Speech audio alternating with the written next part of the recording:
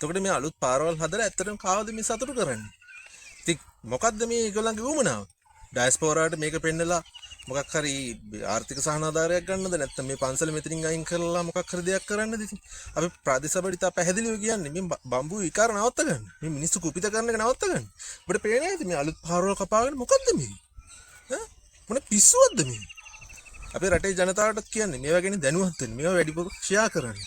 Share කරලා මේ ප්‍රාදේශීය සභා පළාත් පාලන ආයතන නටන මේ පිස්සුව ජනගත කරන්න.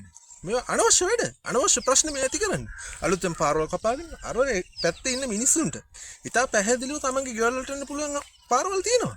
එහෙම තීදි තමයි මේ පිස්සු නටන්නේ. මල විකාර ප්‍රාදේශීය සභාවෙන් කපන අලුත් පාරේ. එතකොට මේ පාරේ මං හිතන්නේ ඇත්තටම අවශ්‍යතාවයක් නැහැ ජනතාවට. ජනතාවට තමන්ගේ ගෙවල් වලට යන්න පුළුවන් විදිහට ප්‍රවේශ මාර්ග ඕන තරම් තියෙනවා උන්ට පහසුවට උන් හදාගත්ත දේවල්. එතකොට මේ අලුත් පාරවල් හදලා ඇත්තටම කාවද මේ සතුටු කරන්නේ? ඉතින් මොකද්ද මේ ඒගොල්ලන්ගේ උවමනාව?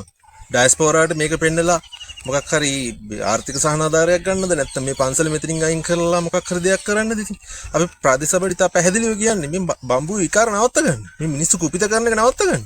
ඔබට පේන්නේ නැද්ද මේ අලුත් පාරවල් කපාගෙන මොකද්ද මේ? ඈ මොන පිස්සුවක්ද මේ? අපේ රටේ ජනතාවටත් කියන්නේ මේවා ගැන දැනුවත් වෙන්න. මේවා වැඩිපුර ෂෙයා කරන්න. ෂෙයා කරලා මේ ප්‍රාදේශීය සභා පළාත් පාලන ආයතන නටන මේ පිස්සුව ජනගත කරන්න. මේවා අනවශ්‍ය වැඩ. අනවශ්‍ය ප්‍රශ්න මේ ඇති කරන්නේ. අලුතෙන් පාරවල් කපාගෙන අර පැත්තේ ඉන්න මිනිස්සුන්ට ඉතා පැහැදිලිව තමන්ගේ ගෙවල් වලට එන්න පුළුවන් පාරවල් තියෙනවා. එහෙම තීදි තමයි මේ පිස්සු නටන්නේ. මල විකාර. හොඳ පාරවල් තියෙන්නේ බම්බුවට මේ අලුත් පාරවල් කපන්නේ. වනසත්තුන්ට යන්නේ මෙතනින් එක පාරක් තියෙනවා අතන පාරක් තියෙනවා. සාමුණ බම්බුවකට නම් පාරක් කපනවා.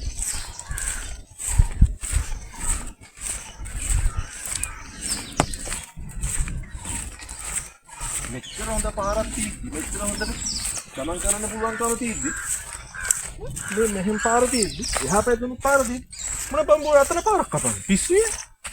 මින් නැති ප්‍රශ්න ඇති කරනවා.